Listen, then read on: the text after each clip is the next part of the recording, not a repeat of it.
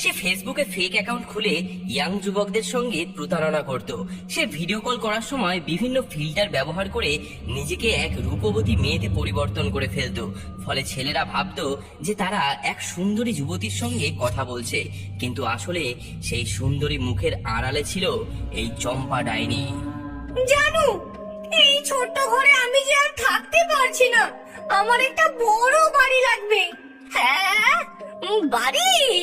সোনা, আমি একজন সাধারণ কৃষক, আমি এত বিলাসিতা কিভাবে বহন করতে পারি? জানু, যেখানে ইচ্ছে আছে সেখানে উপায়ও আছে। তুমি কি চাও না যে আমরা একসাথে একটি সুন্দর সংসার করি আমাদের নিজেদের বাড়িতে? অবশ্যই অবশ্যই সোনা, কিন্তু না, কোনো কিন্তু না। আমাদের ভালোবাসার কথা মনে করো জানু, কল্পনা করো আমাদের সুন্দর বাড়িতে তুমি আর আমি। মেয়েরূপী ডাইনিকে খুশি করতে সেই খুড়ো তার সব জমি জমা বিক্রি করে তার নামে একটি বাড়ি কিনে দিল। সোনা, তোমার নামে বাড়ি কিনে দিয়েছি, বাড়ির কাগজপত্র তোমাকে হোয়াটসঅ্যাপ করে দিয়েছি, দেখো। থ্যাংক ইউ জানু। Number block.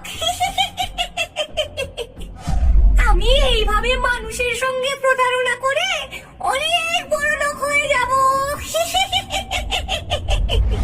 একদিন ধাক্কা মারা গ্রামের ছেলে লালু সোশ্যাল মিডিয়ায় স্ক্রল করতে করতে চম্পার মনোমুগ্ধকর ছবি দেখে তার সঙ্গে বন্ধুত্ব করার জন্য ফ্রেন্ড রিকোয়েস্ট পাঠায়। আরেকটা বোকা আমার ফাঁদে পড়েছে। হাই জানু, কি করছো?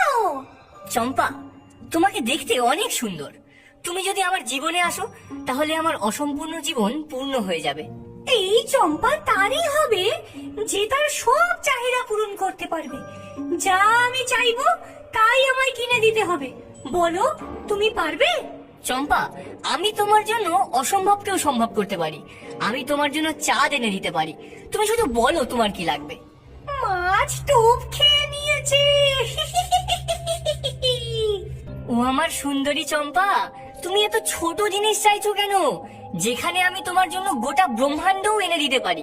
আইফোনের যেই মডেলটা এখনো মার্কেটে লঞ্চই করেনি, আমি সেইটা তোমাকে কিনে দেব, মানে আইফোন 20 প্রো ম্যাক্স।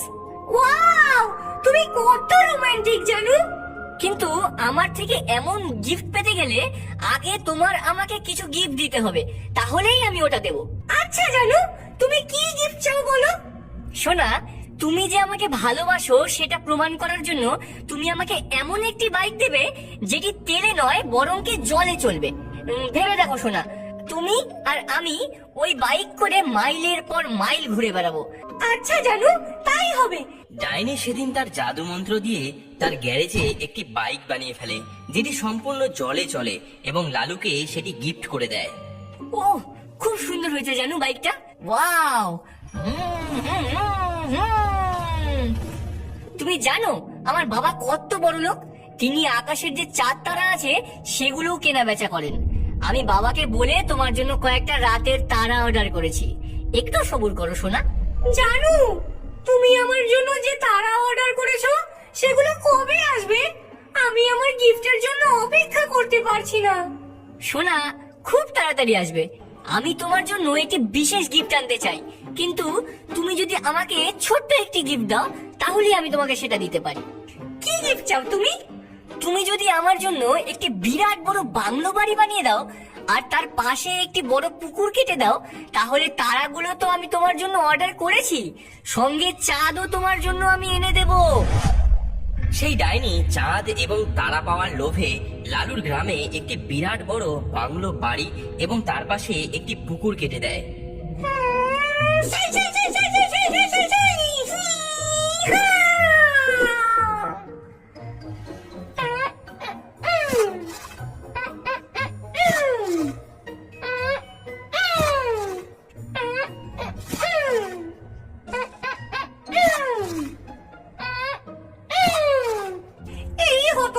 ছেলেটা কি চালু, একবার এই পুকুরটা কেটে ফেলি, তারপর জিনিস নিয়ে ওকে ফুদুর করে দেব। IPhone 20 Pro Max, diamond necklace, diamond ring, চাঁদ তারা সব চাই আমার। ওরে বাবা গো, এই মাটি কাটতে কাটতে হাড়গোড় সব গেল রে। গেলুম রে।